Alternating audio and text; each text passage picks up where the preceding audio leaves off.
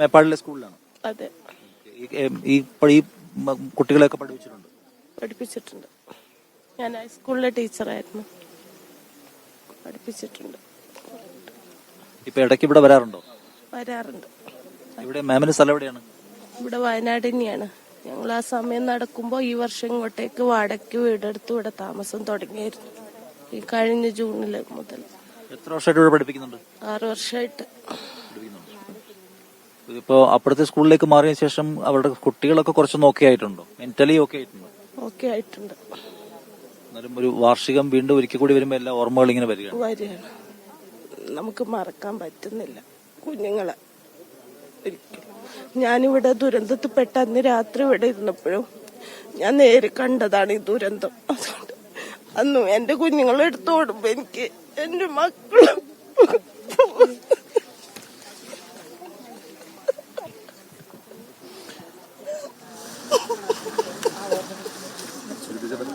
നമ്മള് ഈ സന്ദർഭം എന്ന് പറയുന്നത് ഈ നമ്മുടെ മാധ്യമ പ്രവർത്തനം എന്ന് പറയുന്ന ജോലിയിൽ എന്തുമാത്രം ഹൃദയഭേദകമാണ് എന്ന് ഈ ദൃശ്യങ്ങൾ കാണുമ്പോൾ നിങ്ങൾക്ക് മനസ്സിലാവും.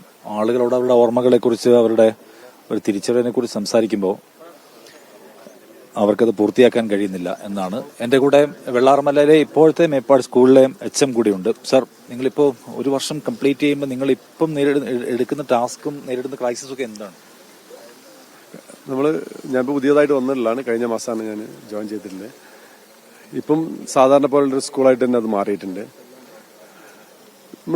ഞാൻ വേറെ സ്കൂളിൽ നിന്നാണ് വന്നത്. അപ്പോൾ അവിടുത്തെ പോലെ തന്നെയാണ് എനിക്കിവിടെ അനുഭവപ്പെട്ടിട്ടുള്ളത്.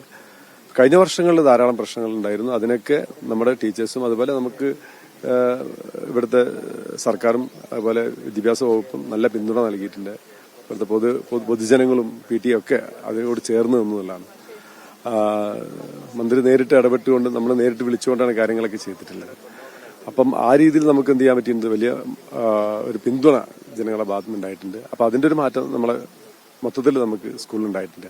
അത് ഭൗതിക സൗകര്യം ഭയങ്കരമായി ഇമോഷണൽ ആണല്ലോ. കാരണം അവരുടെ ജീവിതത്തിൽ ഒരിക്കലും എക്സ്പീരിയൻസ് ചെയ്യാത്ത ഒരു അനുഭവത്തിലൂടെ കടന്നു വന്ന മനുഷ്യർ, ടീച്ചേഴ്സ് ആയാലും കൂടെയുള്ള കുട്ടികളായാലും എല്ലാം ആ ഒരു ട്രോമ അനുഭവിക്കുന്നുണ്ടോ ഇപ്പോൾ? അല്ല, ഇപ്പോൾ ആ ട്രോമയുടെ ഒരു സാഹചര്യം ഇല്ല. കാരണം അത് ഒരു കാലം അതിനെ മറികടന്നു എന്നുള്ളതാണ്. കാരണം ഒരു വെക്കേഷനൊക്കെ കഴിഞ്ഞ് കുട്ടികൾ ക്ലാസ്സിലേക്ക് തിരിച്ചു വന്നപ്പം അവർ ഏകദേശം ആ രീതിയിലുള്ള കാര്യങ്ങളൊക്കെ റിക്കവേർഡ് ആയിട്ടുണ്ട്. കഴിഞ്ഞ വർഷം തന്നെ ഒരുപാട് ആക്ടിവിറ്റീസ് ഇവർ കൊടുത്തിട്ടുണ്ടായിരുന്നു. ഞാൻ മനസ്സിലാക്കിയതാണ്. അതായത് ധാരാളം കലാകാരന്മാർ ഇവിടെ വന്നിട്ടുണ്ടായിരുന്നു. അവരാണ് എന്ത് ചെയ്തത്, ഇവരെ വീണ്ടും ജീവിതത്തിലേക്ക് അവർ ഒരു ചിരിയിലേക്കും കളിയിലേക്കും കൊണ്ടുവന്നത്.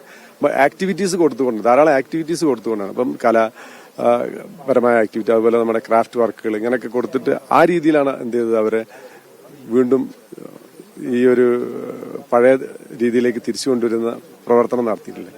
പിന്നെ കൗൺസിലിംഗ് കാര്യങ്ങളൊക്കെ നടത്തിയിട്ടുണ്ടായിരുന്നു. ഇപ്രാവശ്യം ഞങ്ങൾക്ക് അങ്ങനത്തെ ഒരു കൗൺസിൽ കൊടുക്കേണ്ട ഒരു കുട്ടി പോലും ഉണ്ടായിട്ടില്ല. നമ്മളത് വാച്ച്ഫുൾ ആണ്. എന്തെങ്കിലും അങ്ങനത്തെ ഒരു സാഹചര്യം ഉണ്ടാവില്ല. മഴയ്ക്ക് വരുമെന്ന് കാണുമ്പോൾ കുട്ടികൾക്ക് പഴയ ഓർമ്മകൾ വരുമെന്നുള്ളൊരു ഭയം ഞങ്ങൾക്കുണ്ട്. അപ്പോൾ അങ്ങനെയൊക്കെ ഞങ്ങൾ എന്ത് ചെയ്യുന്നുണ്ട്, അങ്ങനെ മാറ്റം വല്ലതും അങ്ങനെ ഒരു ചിന്ത ആർക്കെങ്കിലും വരുന്നുണ്ടോ കാര്യങ്ങളൊക്കെ ഞങ്ങൾ ഒബ്സർവ് ചെയ്യുന്നുണ്ട്. അങ്ങനെ വീടുകളൊക്കെ നഷ്ടപ്പെട്ട, സ്വന്തം വീടില്ലാതെ വാടക വീട്ടിൽ നിന്ന് അങ്ങനെ പുതിയൊരു പരിസ്ഥിതിയിൽ നിന്ന് വരുന്നതിന്റെ ഒരു ഡിസ്കംഫർട്ടും അല്ലെങ്കിൽ അതിന്റെയൊക്കെ ഒരു തരം പ്രശ്നങ്ങളൊക്കെ ഉള്ള അത് അഡ്രസ് ചെയ്യാൻ നിങ്ങൾക്ക് പ്രത്യേക മെക്കാനിസം ഉണ്ട്? ഉണ്ട്, അത് നമുക്ക് അതിനൊരു സംവിധാനമുണ്ട്. പിന്നെ കുട്ടികൾ അതൊക്കെ അതിനോടൊക്കെ കുട്ടികൾ പെട്ടെന്ന് ചേർന്ന്, കുട്ടികളാകുമ്പോൾ പെട്ടെന്ന് ഇതുപോലുള്ള സാഹചര്യങ്ങളോട് പെട്ടെന്ന് ചേർന്ന് വരും. അപ്പൊ ഉണ്ണിസാറൊക്കെ പറഞ്ഞ പോലെ ചെറിയ കുട്ടികളെ വളരെ പെട്ടെന്ന് എന്ത് ചെയ്തിട്ടുണ്ട്, റിക്കവർ ചെയ്ത് വന്നിട്ടുണ്ട്. കുറച്ച് കുട്ടികൾ, മുതിർന്ന കുട്ടികൾക്കാണ് കുറച്ചൊരു പ്രയാസം ഉണ്ടായിരുന്നത്. അവര് ബെഞ്ചിലേക്ക് എങ്ങനെ തല വെച്ച് കിടക്കുന്നൊരു സാഹചര്യം ഉണ്ടായിരുന്നു. പരീക്ഷ എഴുതാൻ എന്തിനാ സാറേ പരീക്ഷ എഴുതുന്നുള്ള ചിന്തകളൊക്കെ ഉണ്ടായിരുന്നു. പക്ഷെ അതിനൊക്കെ നമ്മുടെ അധ്യാപകരുടെ ഇടപെടൽ കൊണ്ടും അതുപോലെ കൗൺസിലേഴ്സും മറ്റും ആളുകളുടെയൊക്കെ ഇടപെടൽ കൊണ്ടും എന്ത് ചെയ്താൽ മാറി രാത്രി 9 മണി വരെയുള്ള ക്ലാസ്സുകളൊക്കെ നൽകിയിട്ടാണ് നമ്മൾ ഈ ഒരു കഴിഞ്ഞ വർഷം 100% വിജയത്തിലേക്കൊക്കെ എത്തിയിട്ടുള്ളത്. അപ്പോൾ അത് മാത്രമല്ല 2 LSS, 4 USS, ഒരു NMMS തുടങ്ങി വലിയ വിജയങ്ങൾ കൈവരിക്കാൻ നമ്മുടെ സ്കൂളിന് ഈ ഒരു വർഷം പ്രത്യേകിച്ച് കഴിഞ്ഞു എന്നുള്ളതാണ്. അതൊരു ചരിത്രത്തിൽ രേഖപ്പെടുത്തി വെക്കേണ്ട, അതായത് നമ്മൾ പറയാം റെസ്ക്യൂ ആൻഡ് റിസൈലൻസിന്റെ ചരിത്രത്തിൽ ലോകത്ത് രേഖപ്പെടുത്തി വെക്കേണ്ട ഒരു ചരിത്രം തന്നെയാണ് വെള്ളാർമല സ്കൂളിനുള്ളത്. സ്കൂളിന് വീണ്ടെടുപ്പ് സാധ്യമാവട്ടെ എല്ലാ അർത്ഥത്തിലും. Thank you sir. ഒരു വലിയ പദ്ധതികളുമായി മുന്നോട്ട് പോകുന്നു. അതിന് സർക്കാരിന്റെയും ഒപ്പം തന്നെ ഈ പ്രാദേശിക സംവിധാനങ്ങളുടെയും എല്ലാം പൂർണ്ണ സഹകരണവും സഹായവും ഉണ്ട് എന്നാണ് അദ്ദേഹം പറയുകയും ചെയ്തത്. അപ്പൊ നമുക്ക് ഒരുമിച്ച് വീണ്ടെടുക്കേണ്ട വലിയൊരു ഉദ്യമത്തിന്റെ ഒരു ഒരു കാഴ്ചയാണ് തീർച്ചയായിട്ടും, അല്ലെങ്കിൽ ഒരു ഒരു ഒരു ഒരു സന്ദർഭമാണ് നമ്മുടെ മുമ്പിലുള്ളത്. ചേച്ചി, ഞാൻ ഒന്ന് ചോദിച്ചു. ചേച്ചി ഇവിടെ മാം ഇവിടെ പഠിപ്പിക്കുകയാണ്? ഇവിടെ പഠിപ്പിക്കുന്നുണ്ട്. എത്ര വർഷമായിട്ട് പഠിപ്പിക്കുന്നുണ്ടായിരുന്നു? ഞാനിപ്പോ 3 വർഷമായിപ്പോ. ആണ് ഈ ദുരന്തം ഉണ്ടാകുമ്പോഴോ? ഞാനിവിടെ ഇവിടെ താമസിച്ചിട്ടുണ്ടായിരുന്നത്. മാം പഠിപ്പിക്കുന്ന കുട്ടികളായിരുന്നു? എന്റെ ക്ലാസ്സിൽ 6 പേര് പോയിട്ടുണ്ട്. അവരുടെ പേര് ഓർമ്മയുണ്ടോ? പേരൊക്കെ ഓർമ്മയുണ്ട്.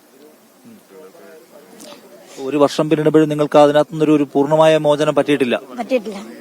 അവരുടെ ക്ലാസ്മേറ്റ്സ് ഒക്കെ ഇപ്പൊ ക്ലാസ്സിലുണ്ടോ? ഉണ്ട്. അവരൊക്കെ ഓക്കെയാണ്? അവരൊക്കെ ഓക്കെ ആയി വരുന്നു. എന്നാലും ക്ലാസ് എടുക്കുന്ന സമയത്ത് അവർക്ക് അങ്ങനെ ഒരു ഓർമ്മ വരും. അന്നേരം അവർ വിളിച്ചു പറയും. അപ്പൊ പിന്നെ കുറച്ച് സമയം സൈലന്റ് ആയി നിൽക്കും ക്ലാസ്സിൽ. അവരെ ഒന്ന് കുറച്ച് നോക്കിയാക്കാൻ നിങ്ങൾക്ക് സ്പെഷ്യൽ ആക്ടിവിറ്റീസ് ആൻഡ് മെക്കാനിസം ഒക്കെ? അതെ, ചില സമയങ്ങൾ മാത്രമേ അവർക്ക് ഓർമ്മ വരുള്ളൂ. അല്ലെങ്കിൽ കുഴപ്പമൊന്നുമില്ല.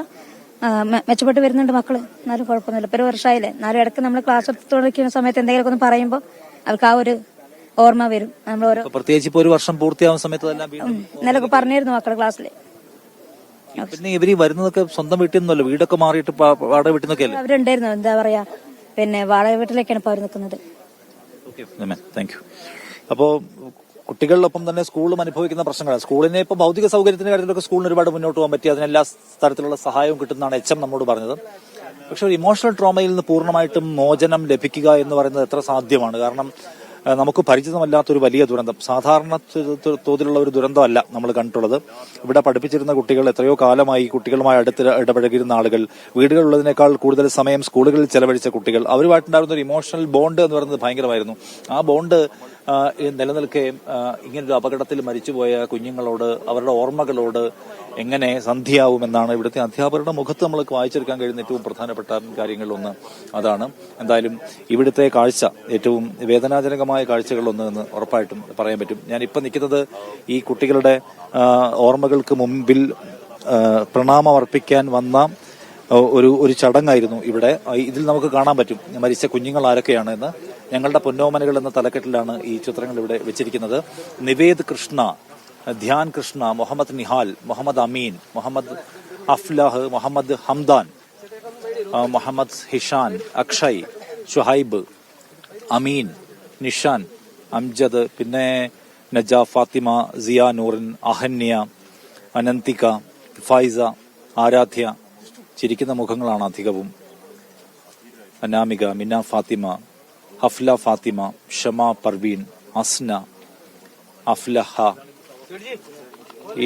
ഈ സ്കൂളിൽ നിന്ന് നഷ്ടപ്പെട്ടു പോയ കുഞ്ഞുങ്ങളുടെ ചിത്രങ്ങളാണ് ഇവിടെ ഈ ചിത്രത്തിൽ വെച്ചിരിക്കുന്നത്. വെള്ളാർമല സ്കൂളിന്റെ പരിസരത്താണ് ഇത് വെച്ചിരിക്കുന്നത്. അവർക്ക് അവരുടെ ഓർമ്മകൾക്ക് മുമ്പിൽ ആദരമർപ്പിക്കുകയാണ് അവരുടെ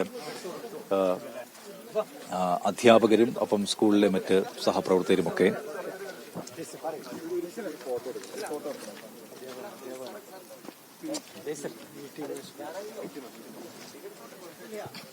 ഇവിടുത്തെ അധ്യാപകനാണ്?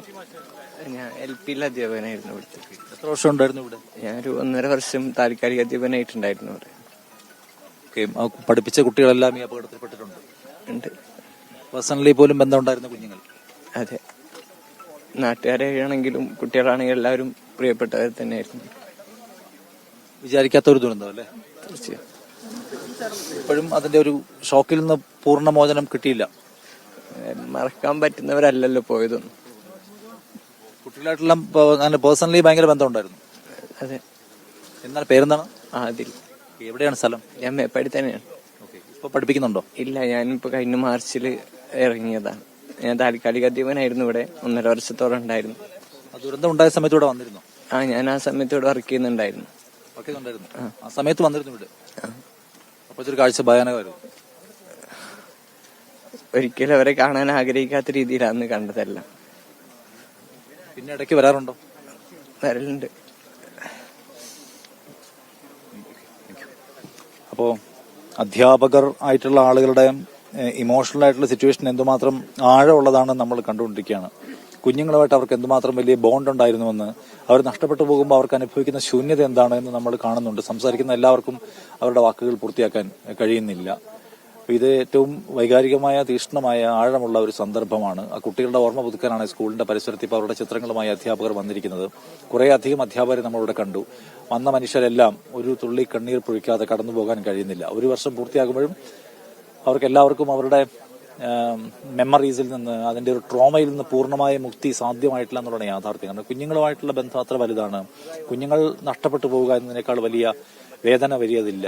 കുട്ടികളുടെ ശവമഞ്ചങ്ങളാണ് ഏറ്റവും ഭാരമുള്ളത് എന്ന പ്രയോഗം എന്തുമാത്രം ശരിയായതാണെന്ന് നമുക്ക് മനസ്സിലാവുന്നത് ഈ സന്ദർഭത്തിൽ നിൽക്കുമ്പോഴാണ്. പക്ഷെ ഏറ്റവും വേദനാജനകമായ കാഴ്ച, അതിപ്പോൾ നമ്മൾ ഹൃദയഭൂമിയിലേക്ക് പോയാലും അവിടെ കുഞ്ഞുങ്ങളുടെ കുഴിമാടങ്ങൾക്ക് അരികെ വന്നിരിക്കുന്ന അച്ഛനമ്മമാരെ, മാതാപിതാക്കളെ കണ്ടാൽ, അവിടെ വന്ന് ഈ മിഠായികളും പൂക്കളും അർപ്പിച്ച് പോകുന്ന ആൾക്കാരെ കണ്ടാൽ നമുക്കുണ്ടായ നഷ്ടം എന്തുമാത്രം വലുതും ആഴമുള്ളതാണെന്ന് നമുക്ക് മനസ്സിലാവും. ഈ ദിവസം ഒരർത്ഥത്തിലും ഏതെങ്കിലും തരത്തിലുള്ള സമാധാനത്തിൻ്റെതല്ല, പൂർണ്ണമായ സന്തോഷത്തിന്റെയും നിരാശയുടേതാണെന്ന് പ്രത്യേകം പറയേണ്ടി വരും. ഇതിപ്പോ ഒരു ഓർമ്മ പുതുക്കൽ ദിവസമാണ്. നമ്മുടെ പുറകെ കാണുന്ന, എന്റെ മുന്നിലാണുള്ളത് വെള്ളാറമ്മര സ്കൂൾ. ആ സ്കൂളിനെ വീണ്ടെടുക്കുക അസാധ്യം. ആ സ്കൂൾ ഉപേക്ഷിക്കപ്പെട്ടു എന്ന് തന്നെ പറയാം. അപ്പുറത്ത് മേപ്പാടിയിൽ ഈ സ്കൂൾ ഓപ്പറേറ്റ് ചെയ്തുകൊണ്ടിരിക്കുന്നു. ഇപ്പോൾ അവിടെ സംവിധാനങ്ങളൊപ്പം തന്നെ കുട്ടികളെ ഇമോഷണലി അല്ല മെന്റലി പോലും വീണ്ടെടുക്കാനുള്ള പ്രോജക്റ്റുകളായിട്ടാണ് ഗവൺമെന്റ് മുന്നോട്ട് പോകുന്നതും. പക്ഷെ കടന്നു വരുന്ന എല്ലാ ജൂലൈ 30 മനുഷ്യരെ ഓർമ്മയുടെ ഇരുൾക്കായത്തിലേക്ക് വലിച്ചിടുന്ന കാര്യത്തിൽ തർക്കമില്ല. കാരണം അവർക്ക് ആ ഓർമ്മകളിൽ നിന്ന് ഒരു കാലത്തും വിമുക്തി സാധ്യമല്ല. എന്തുമാത്രം ബന്ധമുണ്ടായിരുന്ന കുട്ടികളെ നഷ്ടപ്പെട്ടു പോയതിനെ കുറിച്ചാണ് അധ്യാപകർ പറയുന്നത്. എന്തുമാത്രം കണക്ഷൻ ഉണ്ടായിരുന്ന ഒരു സ്ഥലമാണ് ഹൃദയത്തിൽ നിന്ന് പറഞ്ഞു പോയതെന്നാണ് അധ്യാപകർ പറയുന്ന ഒരു കാര്യം. ഞാനിപ്പോൾ നിൽക്കുന്നത് ഇവിടെ നിന്ന് ചൂരൽമലയിൽ നിന്ന് മുണ്ടക്കൈയിലേക്ക് പോകുന്ന റോഡിലാണ്. ഈ ഒരു വശത്താണ് പുഴയുണ്ടായിരുന്നത്. മനോഹരമായ ഒരു സ്കൂളായിരുന്നു. നമുക്കിപ്പോഴും ഇൻസ്റ്റഗ്രാമിലൊക്കെ പോയാൽ ഇതിന്റെ റീലുകൾ കാണാൻ പറ്റും. മനോഹരമായ പശ്ചാത്തലത്തിലുള്ള ഒരു സ്കൂൾ, മുന്നിലൊഴുകുന്ന ഒരു വളഞ്ഞ പുഴ, അതിന് മുന്നിലുള്ള പച്ചപ്പ്, അതിലൂടെ മനോഹരമായ ഒരു സ്കൂള്. സാധാരണ കേരളത്തിൽ അങ്ങനെ കാണാത്ത തരത്തിലുള്ള മനോഹാരിത ഈ സ്കൂളിനുണ്ടായിരുന്നു. അതുകൊണ്ടാണ്